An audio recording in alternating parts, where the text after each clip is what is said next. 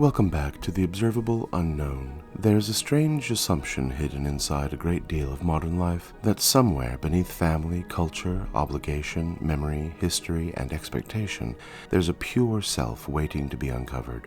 As though becoming yourself were mostly an archaeological project. Remove enough influence, reject enough expectation, silence enough voices, and eventually there you are. But what if there's no untouched self beneath the world? What if the self is something that happens through relationship with the world? Martin Buber approached this problem through a distinction that still has enormous power. He called it I-it and I-thou. In an I-it relation, the other becomes something I can classify, use, measure, predict, manage, or describe. That doesn't make it evil. We need it. A physician has to examine a body. A business has to measure performance. A carpenter has to treat wood as material.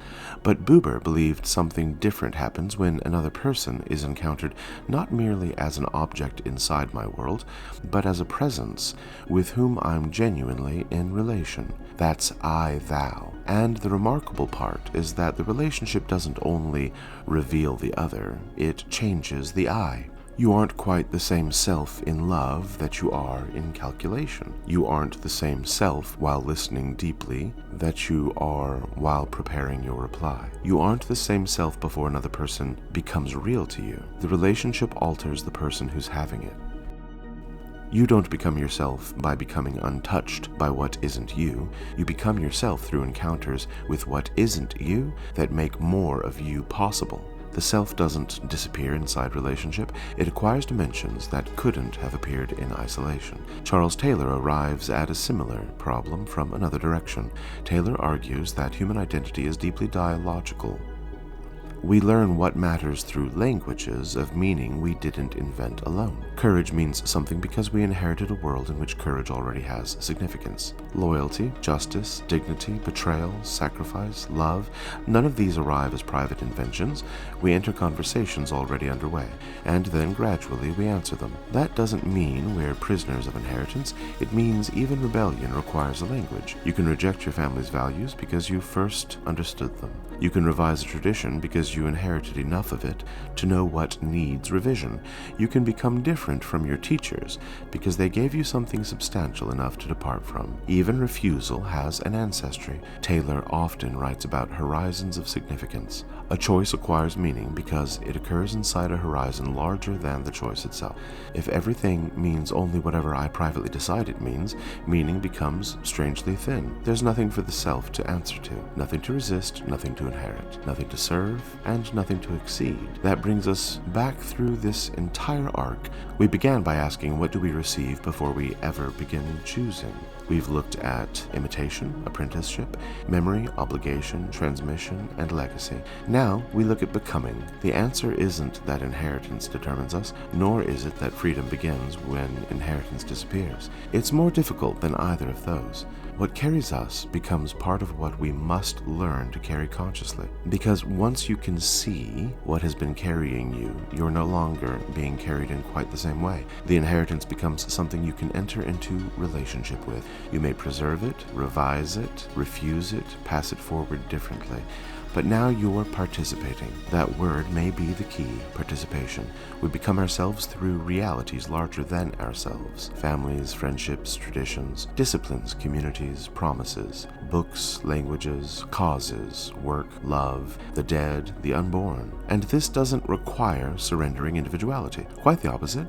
A violin becomes most distinctly itself when it participates in music. A word becomes meaningful because it belongs to a language. A person doesn't become less particular because they belong to something. Belonging can give particularity somewhere to appear. The self that needs nothing beyond itself has nothing beyond itself through which to become itself. Absolute independence sounds powerful, but it can become sterile. We need contact, resistance, recognition, responsibility, and something worthy of answering. This is where my relational topology of consciousness becomes especially useful. Consciousness doesn't simply sit inside an individual skull like a sealed possession. Who we become emerges through relational systems across people, time, culture, memory, and meaning. Not every relationship improves us. Some of them deform us or shrink us. Some teach us fear, and some install obedience. But others expand the range of selves we're capable of inhabiting, and that may be the mature task, not escaping influence, choosing which influences deserve continued participation.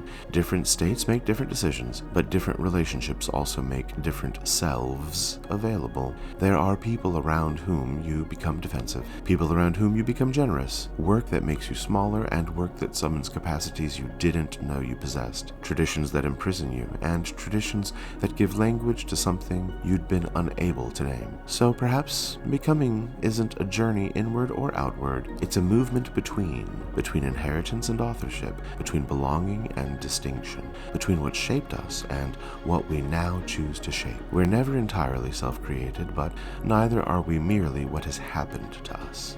The question beneath this arc has been, what am I carrying and what's carrying me? Becoming adds our final answer. What will I now participate in carrying forward? Maybe the mature self isn't the one that finally stands alone. Maybe it's the one that can enter relationship without disappearing, inherit without obeying blindly, contribute without requiring possession, and belong without surrendering authorship. That's becoming, not finding the self outside the world, becoming a self capable of meeting the world. If this interlude made you think differently about identity, inheritance, or what it means to become yourself, make that known. Leave a rating or a review, not for recognition, but for signal. So what shapes us doesn't have to finish us. It can become something we answer. Until next time, remember, you don't become what you feel, you become what you return to. And what you return to returns as you.